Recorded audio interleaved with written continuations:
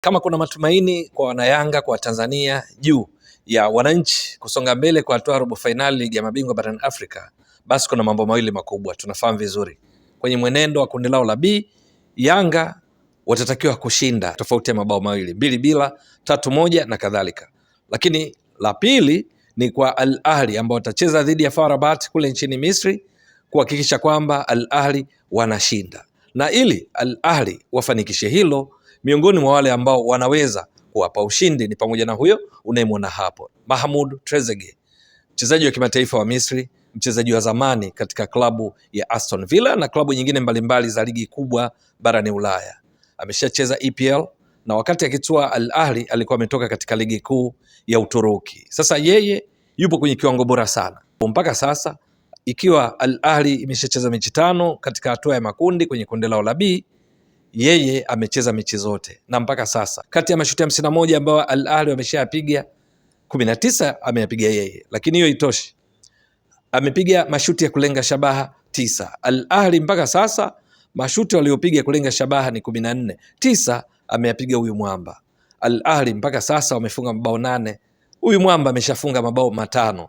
Kwa hiyo unaona yupo kwenye kiwango bora sana. Msimu uliopita katika ligi ya mabingwa barani Afrika, mfungaji bora alikuwa ni Fiston Kalala Mayele wa klabu ya Pyramids, ambaye kuanzia hatua ya makundi mechi 6, 2 za robo fainali, 2 nusu fainali mpaka fainali, yeye alikuwa amecheza mechi 10 kati ya mechi 12. Katika 10 alipiga mashuti 24, mashuti 10 yamelenga shabaha, akafunga mabao 6, akawa ndiye top scorer, mfungaji bora katika ligi ya mabingwa barani Afrika msimu uliopita. Lakini Mahmoud Trezeguet mpaka sasa mechi hizo 5 ameshapiga mashuti 19, tayari ameshafunga mabao 5. Kwa lugha nyingine, amezidiwa bao moja tu na mfungaji bora katika michuano hii msimu uliopita, kwa maana ya Fiston Kalala Mayele. Kwa hiyo inaonyesha ni kwa namna gani yupo kwenye kiwango bora sana na amekuwa mhimili. Sasa katika mechi ya FAR Rabat wakicheza kwao kule nchini Morocco dhidi ya Al Ahly, tunatambua vizuri mashabiki wao walifanya vituko vingi dhidi ya Al Ahly.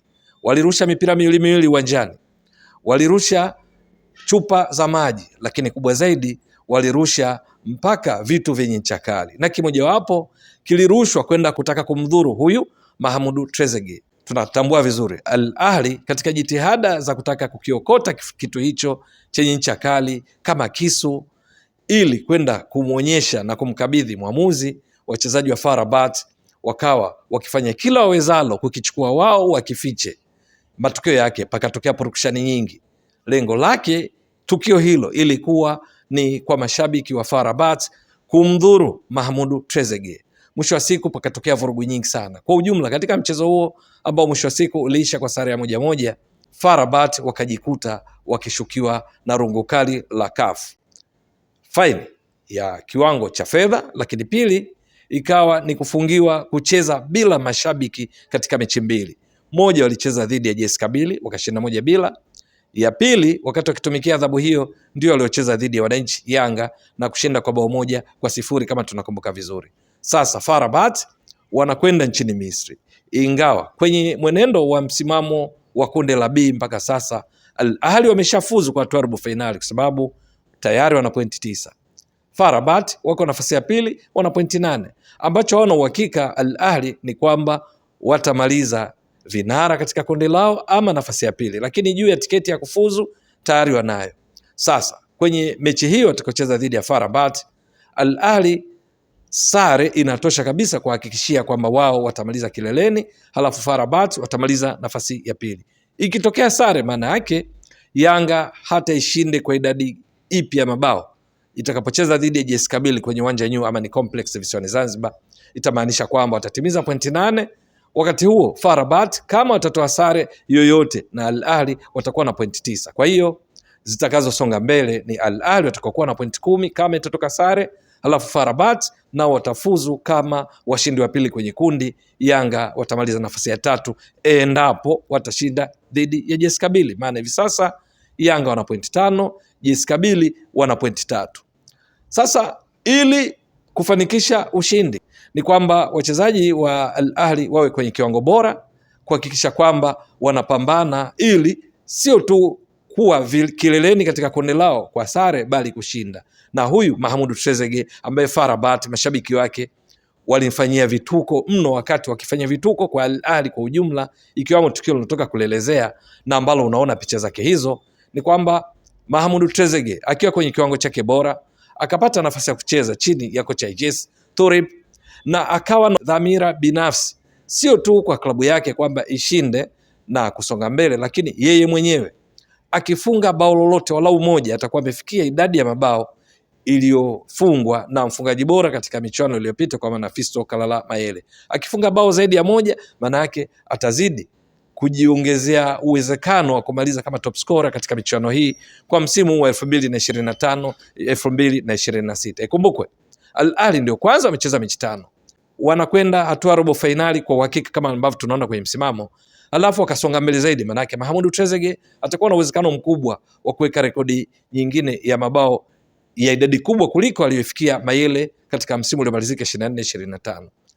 Kama Mahamudu Trezeguet atacheza kwa kutimiza dhamira hiyo, kama Al Ahly watapania kwa kutimiza dhamira hiyo ya kujihakikishia kumaliza nafasi ya kwanza kwenye kundi lao, ndipo hapo Yanga watalazimika wao kushinda kwa mabao ya tofauti ya kuanzia mabao mawili kama tulivyotoka kueleza, na hivyo kuwapa furaha wananchi, kuwapa furaha na Yanga, kuwapa furaha Tanzania, kwa sababu hatimaye Yanga itatimiza dhamira, lengo la kwenda robo finali kwa kufikisha pointi 8 ambazo zitakuwa sawa na FAR Rabat endapo FAR Rabat watafungwa kwa idadi yoyote ya mabao.